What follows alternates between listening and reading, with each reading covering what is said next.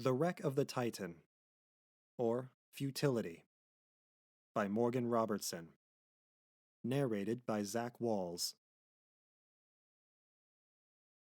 Chapter 14.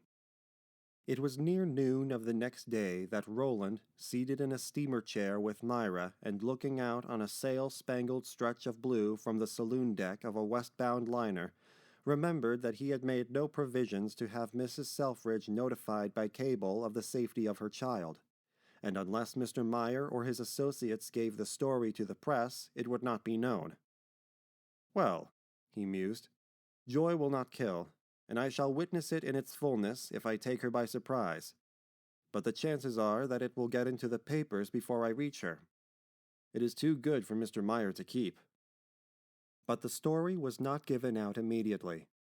Mr. Myra called a conference of the underwriters concerned with him in the insurance of the Titan, at which it was decided to remain silent concerning the card they hoped to play, and to spend a little time and money in hunting for other witnesses among the Titan's crew, and in interviewing Captain Barry to the end of improving his memory. A few stormy meetings with this huge obstructionist convinced them of the futility of further effort in his direction, and, after finding at the end of a week that every surviving member of the Titan's port watch, as well as a few of the other, had been induced to sign for Cape voyages, or had otherwise disappeared, they decided to give the story told by Rowland to the press in the hope that publicity would avail to bring to light corroboratory evidence. And this story, improved upon in the repeating by Mr. Myra to reporters, and embellished still further by the reporters as they wrote it up, particularly in the part pertaining to the polar bear, blazoned out in the great dailies of England and the continent, and was cabled to New York with the name of the steamer in which John Rowland had sailed, for his movements had been traced in the search for evidence, where it arrived, too late for publication, the morning of the day on which, with Myra on his shoulder, he stepped down the gangplank at a North River dock. As a consequence, he was surrounded on the dock by enthusiastic reporters, who spoke of the story and asked for details. He refused to talk, escaped them, and gaining the side streets, soon found himself in crowded Broadway, where he entered the office of the steamship company in whose employ he had been wrecked, and secured from the Titan's passenger list the address of Mrs. Selfridge, the only woman saved. Then he took a car up Broadway and alighted abreast of a large department store. "We're going to see Mama soon, Myra," he whispered in the pink ear, "and you must go dressed up.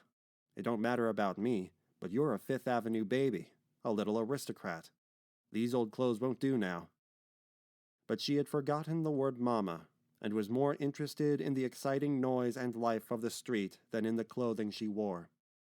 In the store, Rowland asked for and was directed to the children's department, where a young woman waited on him. "This child has been shipwrecked," he said.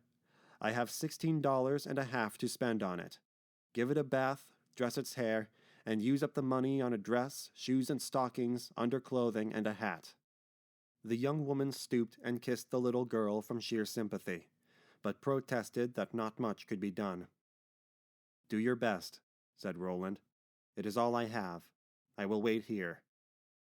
An hour later, penniless again, he emerged from the store with Myra, bravely dressed in her new finery, and was stopped at the corner by a policeman who had seen him come out and who marveled, doubtless, at such juxtaposition of rags and ribbons. "Whose kid ya got?" he demanded. "I believe it is the daughter of Mrs. Colonel Selfridge," answered Rowland haughtily, too haughtily by far. "Ye believe, but ye don't know. Come back into the store, me tourist, and we'll see who ye stole it from." "Very well, officer.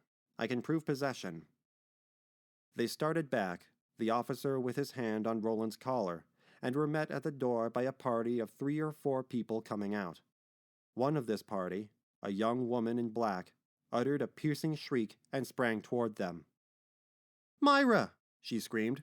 "Give me my baby! Give her to me!" She snatched the child from Rowland's shoulder, hugged it, kissed it, cried, and screamed over it. Then, oblivious to the crowd that collected, incontinently fainted in the arms of an indignant old gentleman.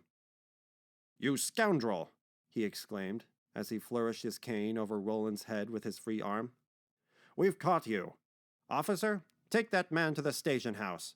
I will follow and make a charge in the name of my daughter." "Then he stole the kid, did he?" asked the policeman. "Most certainly," answered the old gentleman, as with the assistance of the others, he supported the unconscious young mother to a carriage. They all entered, little Myra screaming for Rowland from the arms of a female member of the party, and were driven off. "Come on with me," uttered the officer, rapping his prisoner on the head with his club and jerking him off his feet.